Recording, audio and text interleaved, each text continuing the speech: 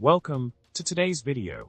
Today we're going to delve into a common problem that many Android developers face when working with room data and displaying it on maps.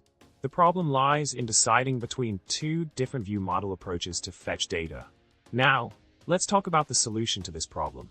The more effective and recommended approach is to use the first method provided. This approach involves combining mutable state flows for visible region, zoom level, and favorite status, and then flat mapping the results to fetch data from the repository. By caching the paging data and using the correct staging configuration, you can ensure a smooth and efficient data fetching process. To summarize, when working with room data and maps in your Android app, it's crucial to choose the right approach to fetch and display the data.